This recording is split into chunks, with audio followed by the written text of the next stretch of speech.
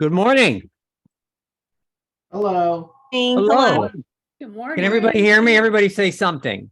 Hi. Good morning. Yes. How many smart Yeah. Alex do we have? Yeah, we got 15 right now. All right. All right. Let's get right into it.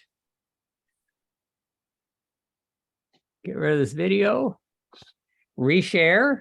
We got down to a science here.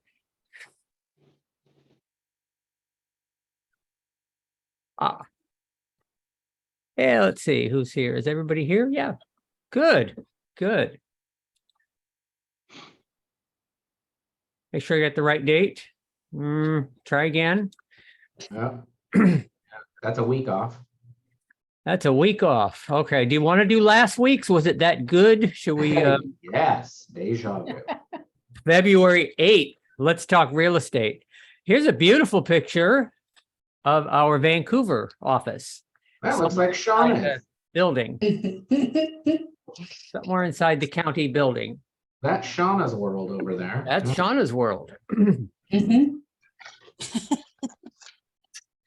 kind of like Wayne's World. I don't know. That's right. That sounds like it. That sounds like it. All right, let's talk real estate. Do you have a simple and clear goal towards taking more listings? If you really think about it, all of our success comes from taking listings. The buyer calls, the sign calls. It really all starts with taking listings. How committed are you to being a listing agent to begin with? So being a listing agent is, of course, a mental, physical, financial, and energy commitment. It's huge to commit to being a listing agent. So do you want the fast payout or do you want the big payout? That's a good question. I think we all know that being a listing agent is the big payoff, but it requires some patience and some learning. So you might know that all the things that are all the things that are required to be committed to, but coaching, training, attending events, developing your associations, it is a long-term commitment, but that's what it requires to be a great listing agent, and it is worth it. Are you asking your current clients for introductions to other clients and other sellers? Your current clients, those are important people. I think this is honestly the best time to ask for an introduction. When you get the listing signed, there's no better time when a seller has more respect for you and is more excited about the process than when they sign the listing with you. So are you asking at that time if they can refer you to other sellers? And when was the last time you recorded your listing presentation, like I'm doing now? This is an interesting question because I talk to a lot of agents who really are intense and regimented in their role play and their practice and studying. But when I ask them if they've ever recorded a presentation, they're scared to death. They shy away and they say, no, I've never tried that. afraid to do that. I look like Frankenstein on camera. And to me, that seems strange. If you're a professional musician or a professional athlete and you had a coach who's working with you to get better, and they never recorded your performance and never let you know if you were doing what was right or wrong, it'd be really hard to get better. So it's a tool we have in the modern world that really should be utilized. For some reason, as agents, we don't take advantage of that tool of recording ourselves to listen and develop and get better. So think about that. And remember, there's a lot of business to be done in case you hadn't heard. All right, well, let's look at our listings. What do we got? What's new? What closed? Anybody got anything new? Managers? Yeah. Doug Carrillo closed on buyer's side yesterday. Congrats to Doug. Pat Wolcott is under contract for buyer's side as well. So agents are working in the Portland office. We're staying Good. busy. Good. Okay. So yes, the great metropolis of Portland had a few closings. I understand it's a lull, and that's why we're here, and that's why we're studying and dusting off our gold jackets and going to get out there and get some listings. So we have a that beautiful. when the market does pick up, and we have good economic news today, when the market does pick up, we're there. We're there for them. I didn't do the listing count. I like to do that. 10 per page, 4 pages. So we have 42 listings today. So that's a good job. Good job, everybody. Now just, sell them. We had one listing going contract in Vancouver, actually Battleground. And1 in contract. Cat put a buyer in contract in the center.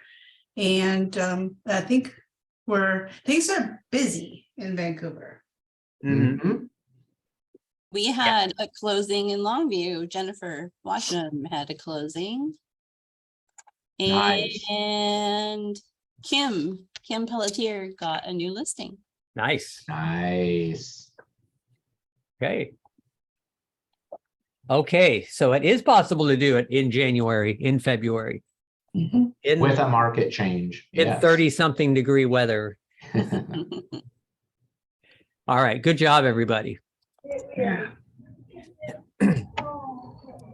Let's see. We did the sizzle video. We did that. Let me just do a couple of quick things. Remember, Orlando is coming up for those who are going. And there's a new in case you missed it, I'd like you to look at. And before you do that, when you go to this blog, log into 21 Online so that, because it says click here, go here. And if you're not logged into 21 Online, it's not that easy. So if you go to 21 Online first, go to this and you see that Lawrence Yun is today or was today, 2:00 Eastern. That's 11 o'clock. Okay, so it's right after this meeting. I know several of you were going to go to that, hear from the chief economist at the National Association of Realtors. And this was the Inman. So Inman, which is the big real estate news media gossip about other companies, but they have a convention in New York City every year. And so anyway, it gets a lot of attention. So the chief marketing officer of Anywhere. If you don't know what Anywhere is the parent company of Century 21, used to be called Realgy. It's the largest real estate company in the world, and it owns Century 21 and Coldwell Banker and a whole bucket of brands. We're, of course, the flagship for that company. So this is an interesting article here. I was looking at it, and recruiting the relentless. So you're invited for an insider's look at the Century 21 brand. Webinars are on the 4th Wednesday of every month. So I've marked my calendar for that, and anyone can go to that, and it's reminders about all the things that the Century 21 brand will bring you. So I like that. Nice. Okay, what's this? The Prospective Agent C21 Experience on February 22nd, a 30-minute live webinar. Okay, so one of the managers go to that, please, and tell us what that was about. Or anybody go to that. This is on the website for you to look at on the blog. Okay, coaching services. Has any managers, have you looked at this before? Retain mastery coaching. Is this a recruiting thing? I kind of think it might be. Hmm.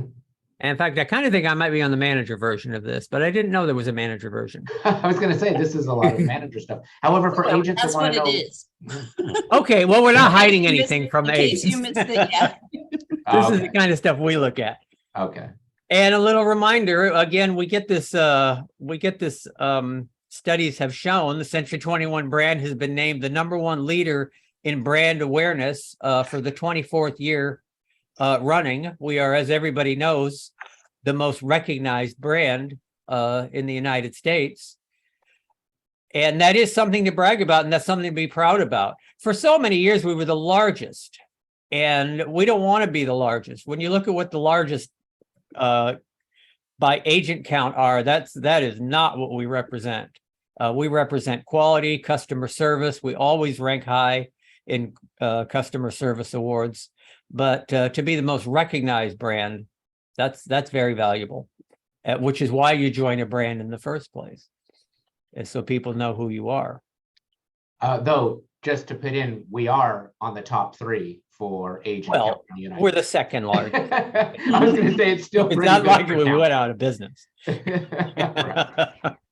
No, though that's not the most important, it is the truth. Okay. And the podcast. These podcasts are really good. So take some time to look at those. Yes. Those are really inspiring. Okay. And they announced a general keynote speaker for the conference. And San Diego firefighter, best-selling author, and champion adventure racer. All right. If that's not worth the price of the ticket to Orlando, I don't know what is. I feel lazy already. They get good speakers. They Yeah. really do get good speakers at the conference. Yeah, they do. Okay. And here's Mike talking. We spoke at NAREP. That's right. The Latino organization. Mhm. So have a look at that. All right, real quick, one more thing. We do have a guest, but I wanted to just quickly get this message out here. I'm going to reshare for video, and Mike Meadler has something to say, probably about the upcoming conference.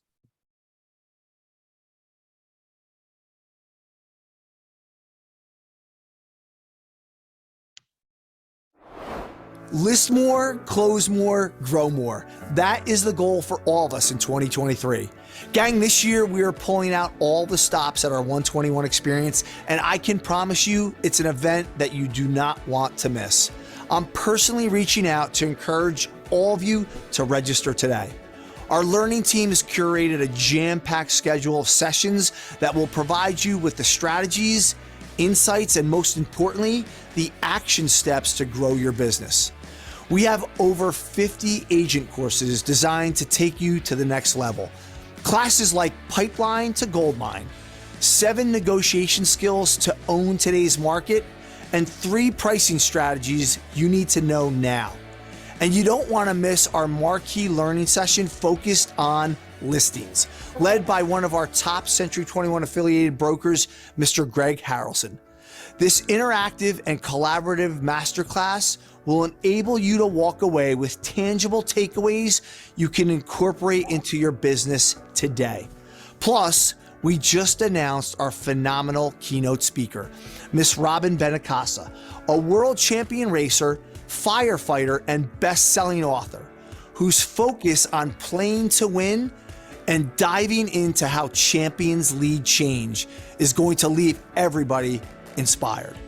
As someone who's been to many of our Century 21 experiences throughout my years, I can tell you the lasting impact This event has on so many Century 21 agents. So don't miss out on your opportunity to meet a new connection who could open new doors, not just in your business, but in your life. Hear an insight or a strategy that could revolutionize your business, or find the inspiration you've been searching for. So in closing, I have 2 questions for you. 1, have you registered for our 121 experience yet? And 2, if not, what are you waiting for? Let's get ready to move fearlessly and do more in 2023. I look forward to seeing everybody in Orlando next month.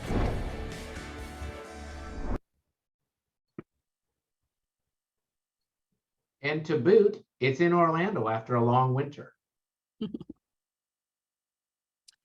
You would not believe it, but Mike Meadler called me, said the exact same thing. He called me too. We're invited. It's amazing. I know. You're muted, John. I said good. Good. Okay, we have a guest, Alicia with First American. Can you hear me? I sure can. Good morning, everyone. Good morning. So, Good Thanks morning. for letting me, pop on your team call. I feel really inspired by the pipeline to gold mine. I feel like I need to attend that event.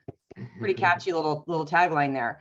Well, hi, everybody. Alicia Schembeck, First American Title. I am on the sales side, business development for real estate agents. I also asked Janice Geary from our Barnes Road office. She's one of our senior escrow officers to join today and also say hi. So I'm going to let her say hi really quickly. And then I want to touch on just a couple resources with First American Title, and then just to encourage you to please reach out to us if you would like to strategize about your business or talk about all the ways that First American can support you.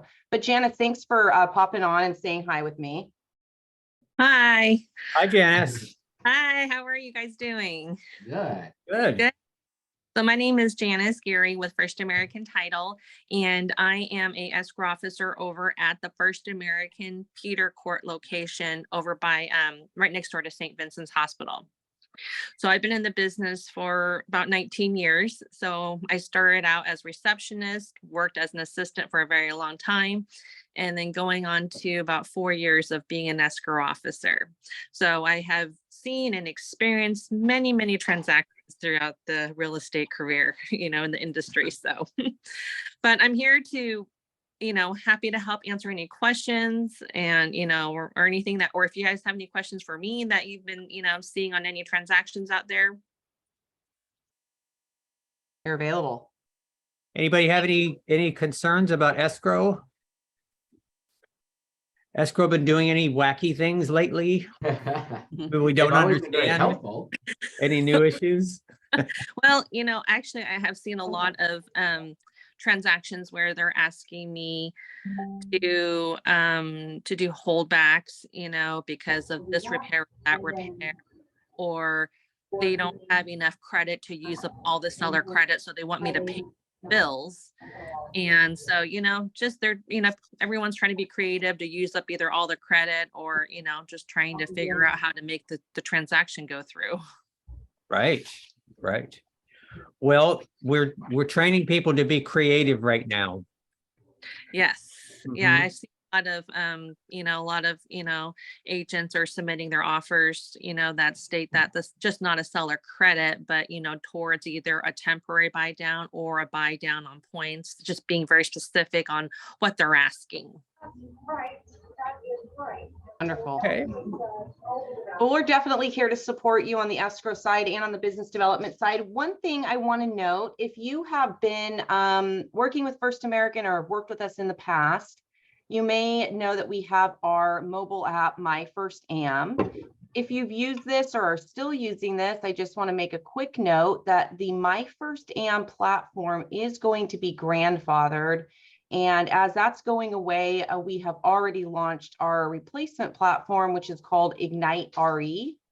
And I think Ignite RE is really, really great because what it does is it takes a lot of our tools that we offer at First American and places it under one platform for you. So yes, you can still use Ignite RE to get property profile information, do the same types of searches for recorded deeds as you have in the past. But Ignite RE bridges the gap with the transaction portal as well. So when you log in, you can access all your past and current transactions with First American Title. You can also do farming on there. You will have access to our whole entire suite of marketing products. We definitely have really ramped up our agent marketing and our direct mail marketing that we're offering through First American. And then in the future, we're going to be offering, classes that we're holding, here locally. And you can also go on there and do all of your, calculations with your calculator. So your, buy downs, your seller net sheets, that type of thing. So if you would like to see Ignite RE and how that can, help work alongside your business, please reach out to me. It's easy for me to get you set up with that. And that's a little tip I wanted to, throw out there today, because I do know that we've had some loyal agents over the years that are very comfortable with My First Am. And I want to make sure that as we transition over to Ignite RE, that you have a very positive experience. And that's all I have for you guys today. I plan to stop by your office in the next week, since I'll be your direct contact, and I'll bring some of our business cards so that you can also reach out to us if you need to. Thanks again for letting us join. Yeah, thank you. Yes, thank you, Alicia. Thank you, Janice. Appreciate you coming. Thank you. Well, we'll get off your call so you guys can get down to the rest of it. But thanks again, and have a wonderful Wednesday. Thank you. Okay. Right. All right, let's go back to share the screen. Okay. All right, how's the market? Anybody heard any news? Heard news on the radio, TV? Any buzz? The news today is 6.1. It's actually 6.09, but come on. It's just an average, and every bank, every lender is going to give you a slightly different number off of their chart. So if you want to tell people it's in the high fives, they can probably find one at 5.9 or something like that. And that's not a bad thing to say in an elevator speech. So that's good news. That's good news. The consumer price index, I'm not sure when that comes in. It's February, and we're still looking at December's rate of inflation at 6.45. So being a numbers person, I'm really anxiously awaiting that. And let's see, there's some interesting news from the National Association of Realtors about multi-generational home buying. Kung, did you get a chance to see this? I did. Tell us about it. Interesting article. On the family, multi-generational home buying. This article's about, talking about buyers nowadays are looking to purchase a home that multiple generations can live in. They need to take care of elderly people or elderly family members and children and whatnot. So let's see what it says. You know what you mean. Multi-generational home buying is a way for families to care for one another, support one another, and often buy a home that may have been previously out of reach. Multi-generational buying may be a home where families live in the same home with elderly parents, children who have boomerang back home, or other extended family members. While this is not a new concept of living, it is one which has gained recent popularity. The past year, NAR collected data in the profile of home buyers and sellers, which shows that multi-generational buying is back near an all-time high at 14%. This is up from 11% in 2021 report. In 2020, the report found a low before the COVID-19 pandemic of 11%, followed by an immediate gain of 15% of all buyers. So yeah, it's an increase back to normal. Reasons to purchase a multi-generational home vary among first-time and repeat buyers. However, the shares purchasing a multi-generational home are nearly identical. 15% of first-time home buyers purchase a multi-generational home, as did 14% of repeat buyers. So it's a big reason for people to, look for a house. They want to be able to house multiple generations in it. For first-time home buyers who struggled to enter last year's housing market, perhaps it is unsurprising that they are more likely to purchase a multi-generational home due to cost savings and for a larger home that multiple incomes could buy together. First-time buyers who have a median age of 36 are more likely to say their adult children have not yet left the nest. On the other hand, repeat buyers who have a median age of 59 are more likely to say their adult children are now boomeranging back. For both first-time and repeat buyers, about 30% report that caretaking or spending time with aging relatives is important. First-time buyers are more likely to state that spending time with aging relatives is important versus caregiving. While the data is not collected, it is possible this could mean assistance with childcare for parents as well. Among generations, it is most common for Gen Xers, people born between 1965 and 1979, to purchase a multi-generational home. This may not be surprising, as they may both be caring for aging parents and experiencing young adults boomeranging back at the same time. Oh my gosh. Yeah, that's a lot of They're coming at you from all directions. right. And you need a house big enough to have everyone in it. So let's see. In the midst of this, it is not hard to imagine a Gen Xer needing to buy a larger home for all generations of the family to happily cohabit in one home. It is also more common for minority home buyers to purchase a multi-generational home in comparison to white Caucasian home buyers. Thus, 18 to 19% of Black, African American, or Asian Pacific Islander and Hispanic Latino buyers purchased a multi-generational home in comparison to 10% of white Caucasian buyers. The most common reason for all buyers, regardless of race, was caretaking and spending more time with aging relatives. As we see the transition of the large baby boomer generation age into retirement, it will be interesting to see if they move in with their millennial and Gen Z children, or if they stay put in their own homes. The trend of multi-generational buying appears to be firmly established and one that could expand in the future. So yeah, keep that in mind when working with buyers. You know, a lot of them are looking to, house aging relatives. A lot of buyers right now are looking for that master on the first level, on the main level, so that Yes. the parents don't have to walk upstairs. Yeah, pay Excellent. attention to those trends and know what your motivations and what your buyers are looking for. Okay. Thank you. Yes. Good information. What, 14%? It'll be higher in metro areas. That's where you'll see larger concentration of it, I think. Yeah, expensive homes. Yeah. Yeah. Yeah. All right. How's the market?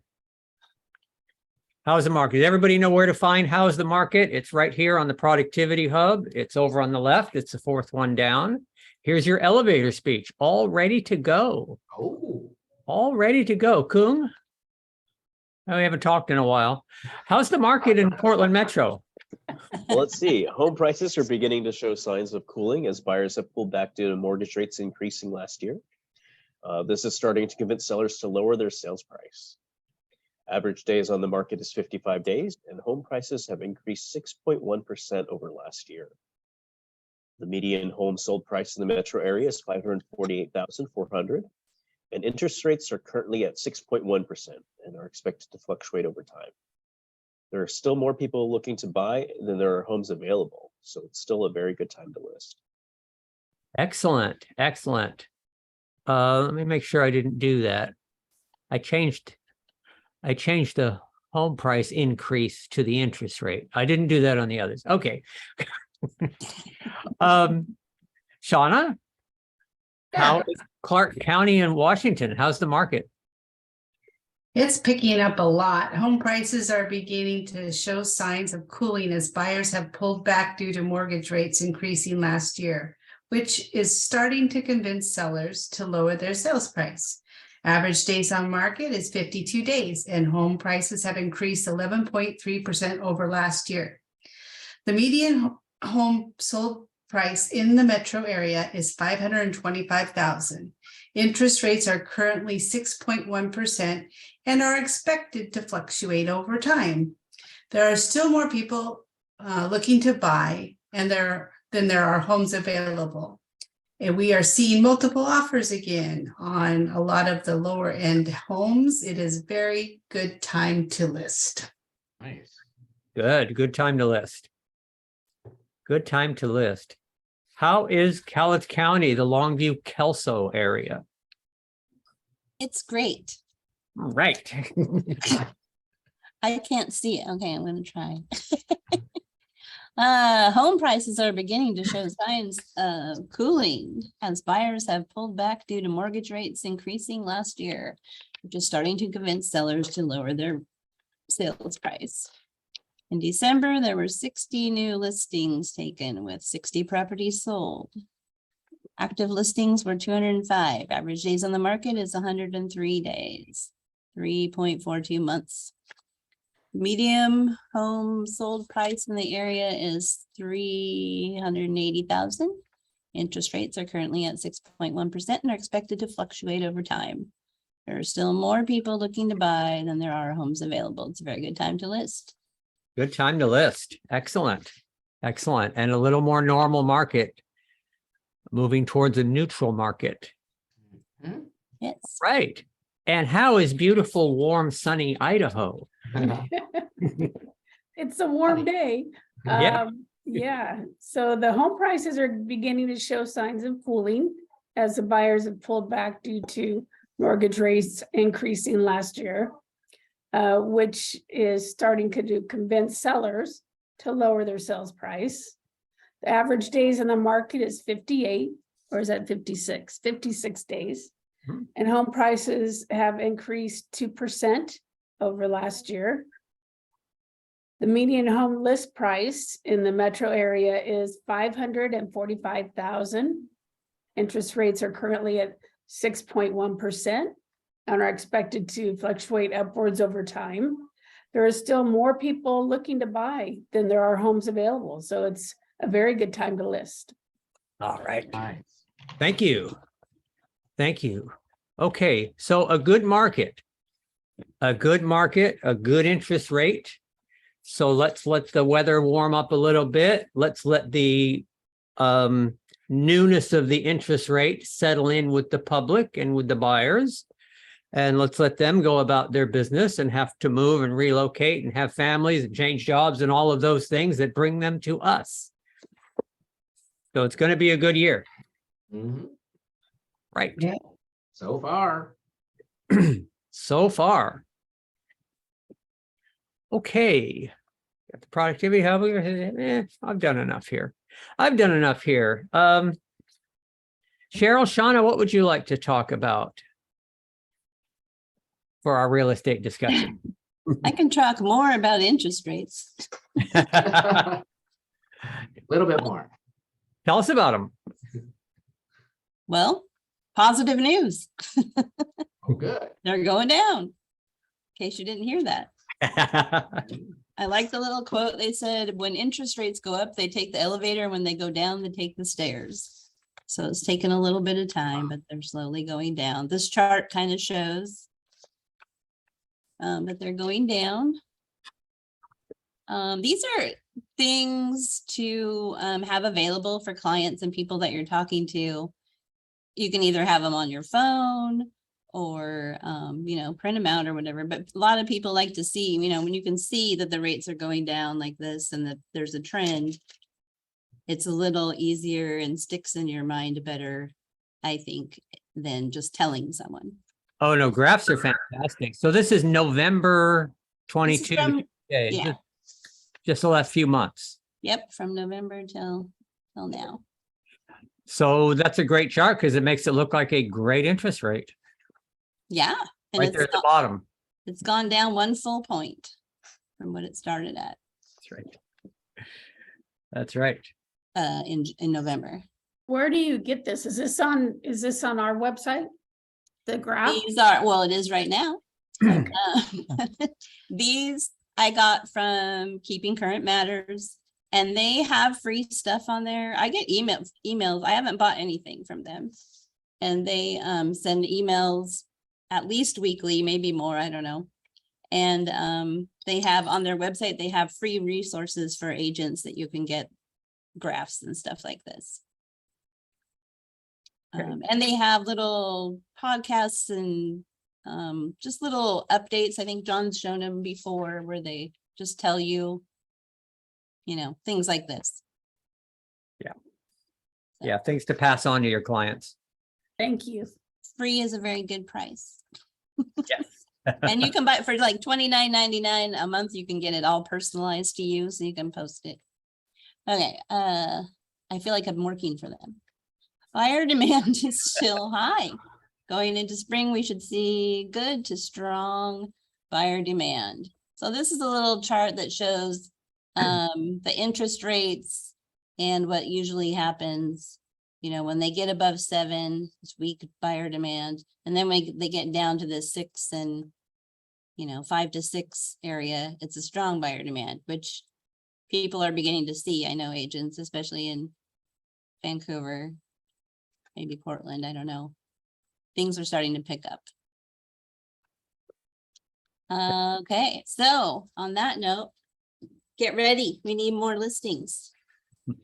And here are some of the reasons that sellers aren't listing. It's good to know because these are from polls that they've taken, so you can address those objections.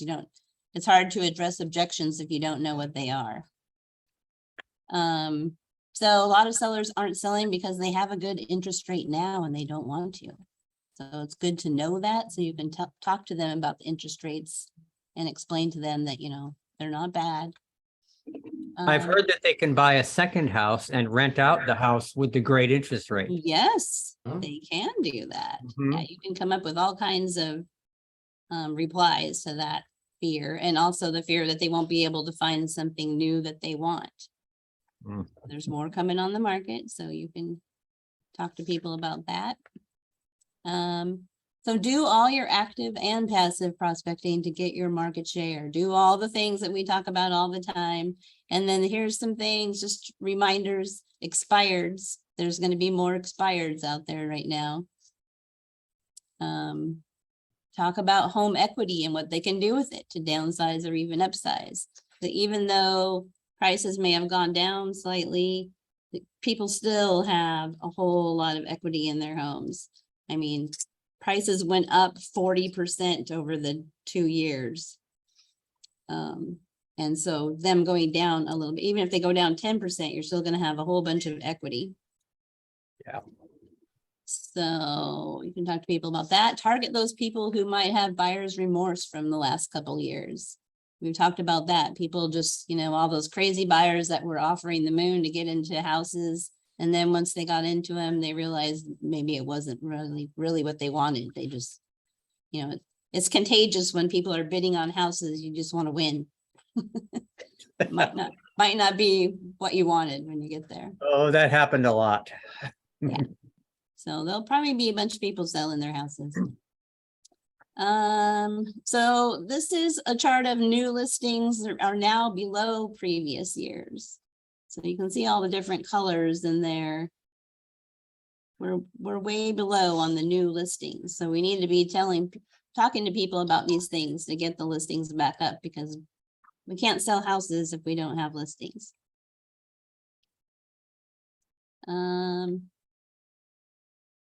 So the number of homes for sale has increased, but still way below pre-pandemic numbers.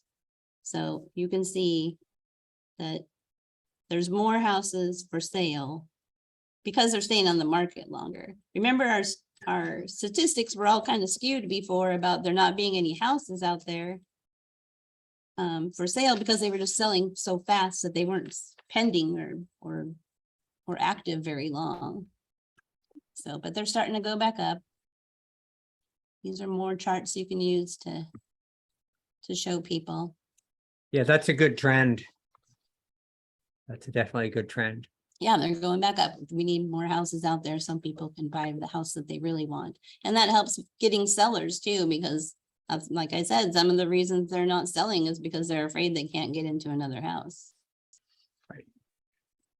So your job is to educate people. The experts are now saying no crash is likely. The ones that thought that there was going to be a crash were thinking that the inventory was going to keep on going up, and it didn't. So if there's no supply and demand, it's simple. If there's no supply out there, the prices are not going to go down that much. You can show them these graphs, and big banks just recently in the last month or so have done massive revisions in their predictions for this year. They were saying that things were going to go down, 6.1%. Now they're saying, Goldman Sachs is saying no, only 2.6%. So that's not a lot. So then we go to all these, in a recent poll, 67% of Americans say that a housing market crash is imminent in the next 3 years. So Oh, people have all these perceptions of what's going on from watching that terrible news. turn it off. And yeah, and so you need to educate them. For the 5th year in a row, about 8 in 10 Americans, 83% say buying a home is a priority for them. According to a new NerdWallet survey, remaining consistent in the face of a pandemic, a tumultuous economy, and a housing market that has generally benefited sellers. Also consistent, the overly optimistic share of those planning to make such a purchase in the coming year. People are overestimating the house they can get, and that, they think a lot of people think that prices went down like a ton, and they really didn't. So Yeah, we're struggling with that on a couple listings where they're priced good and they're thinking, oh, well, I should be able to get this less now. And it's like, no, you can't. yeah. So about 28 million Americans, or 11% of them, plan on purchasing a home in the next 12 months.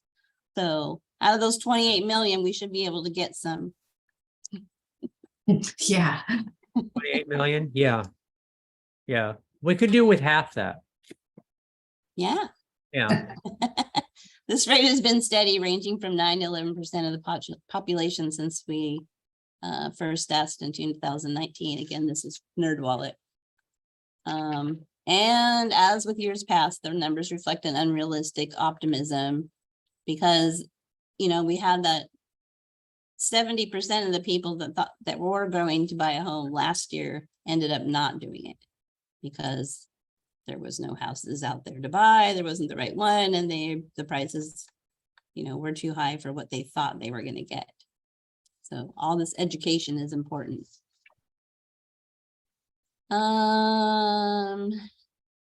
So 1 in 9 Americans plan on buying a home in the next 12 months. Again, with that. So again, we should be able to get some of those. But they're hoping to spend like 269,000. No, they're probably not hoping to spend that in our area. This is a national survey. That's so, on average. Yeah. yeah. And what you're going to get for that price is not much. But, you go back like just a few years ago, and that wasn't a horrible price. A horrible thing to find. I mean, not very many years ago, like 3 or 4 years ago, you could find stuff, at least in Cowlitz County, for that much. Yeah. Okay. When they were saying the typical home price is about 380, which that's what it is in Cowlitz County, not in Portland. Right. Okay, and then this is a little chart that talks about how maybe, the prices have gone down as much as they're going to go down. There's not going to be any big drops. As you can see, it's not that much when you add all these up. These are different places that have taken and some of them even went up the prices. So okay, so 2022 proved a tough market for buyers. Thank goodness it's over. That 70% of Americans who had plans to purchase a home in 2022 were unsuccessful. Some of them even decided they're not going to buy a home at all. But that's only 4%, so that leaves us with another 66%. Home prices already have been falling, especially on the West Coast, and prices will fall in some cities in 2023. but a drop in home prices isn't necessarily a crash. Home values went up around 40% from the middle of 2020 to the middle of 2022. So most owners will have equity even if prices fall 10% or 20%. A price decline of that magnitude would be uncomfortable for homeowners, but it would bring out the buyers. That's kind of funny because I was just, I get these updates from Redfin on, they're telling me what my home is worth and what I could sell for, and I should call a Redfin agent to sell it or whatever. But I was looking at it and it had gone down. I'm like, oh my gosh, it's gone down. But then when I think about it, it's still like, I bought my house in 2019. So in the nick of time, but Yeah. yeah. I have a home bought on my house in Arizona, and it did go down a little, but it's still way above what I bought Yeah. it for. I was like, So- oh, I was like, oh, it went down. And then I thought about it for a minute. Oh, but wait, it's still 125,000 more than I paid for it. It's So, skyrocketed Yeah. so high, yeah. Mhm. okay, so tips for home buyers. Rates are higher now than they've been for a few years, to be sure. But the increased cost of interest must be a factor in your home buying budget. It's not necessarily a reason to delay a home purchase unless you're comfortable waiting quite a while.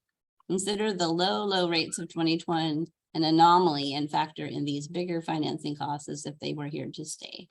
Then if the rates do dip, you'll be in even better position to buy. I mean, somewhere in here, it says that over the last 50 years, the average interest rate is over 7. And so that's its average rate. We're still below average right now. So when people are like, oh my gosh, the interest rates are so high, not really. Got to educate them.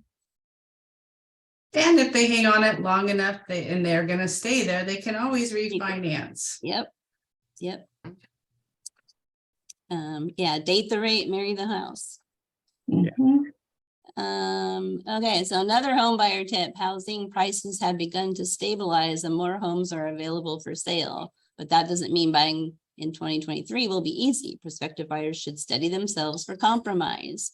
So if you have buyers, don't, if they've been listening to the news and they think prices have gone down or they can offer, 20% less than the listing price, you need to give them a reality check before you're out there trying to make offers and wasting everyone's time.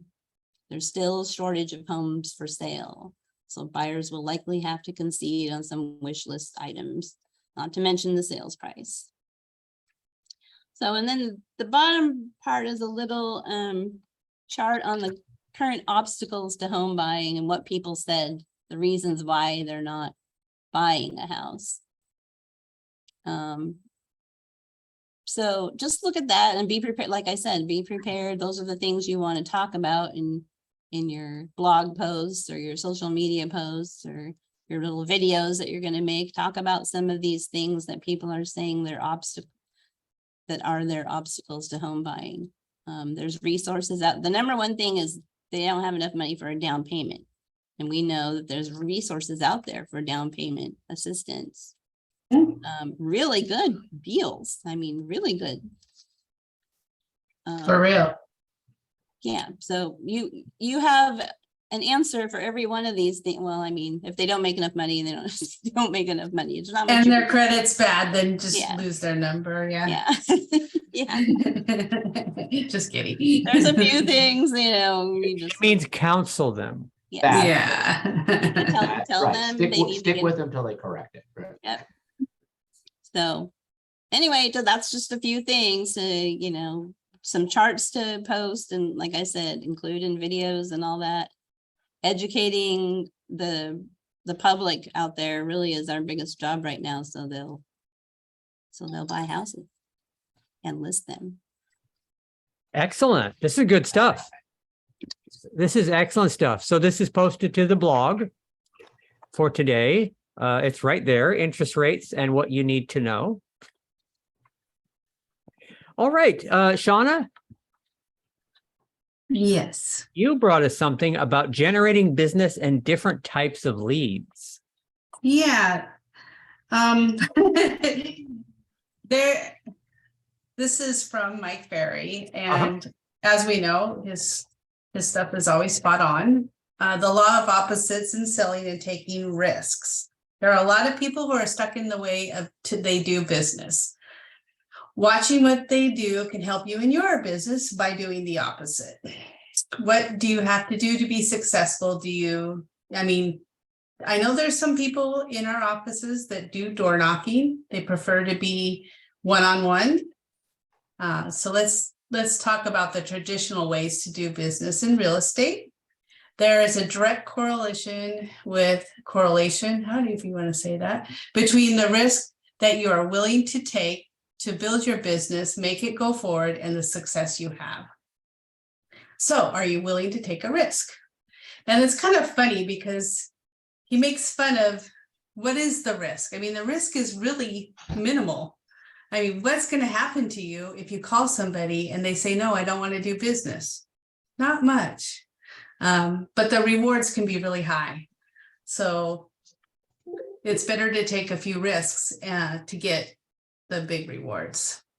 The definition of risk in the dictionary is exposure to loss or injury. And the key word in that is exposure. That doesn't mean it's going to happen. So the injury or loss is only a possibility. Let's be honest, how bad can it be? Not really that bad. So the non-risk will equal no investment and no reward. So I don't know about you, but I don't like that result. If you don't take a risk, you're not going to get anywhere. So let's go through some of the scenarios. So people a lot of times do open house, which is not a bad thing. And but you're still just sitting there and waiting for somebody to show up. What could you do opposite of that? The door knocking. Get out, socialize, bring your business cards with you. I always have some in my purse. So And there's a big difference between those two, sitting in the open house as a passive activity and door knocking as an active activity. Yeah, well, and it can be really lonely. You can sit there a lot and just wish that someone shows up, or you could go out and get involved in some activities and get to know people and talk to them about your business.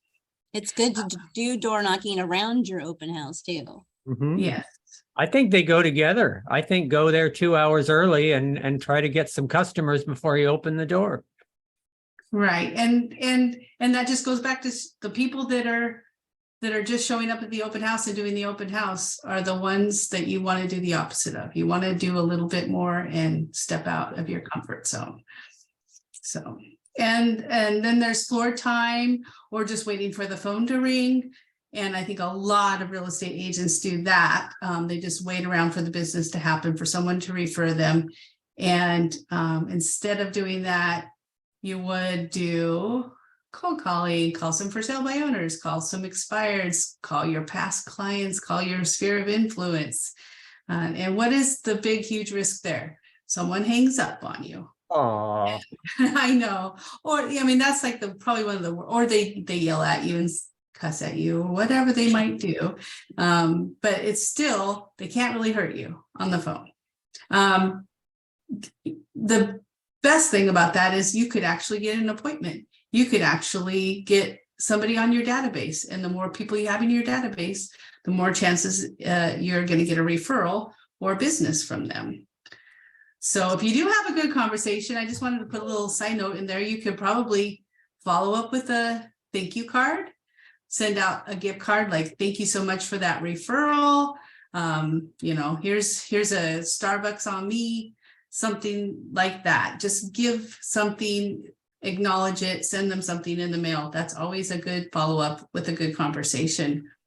And then the challenge is to write down what you do this week or next week and look at how much business those things bring you, and then do the opposite.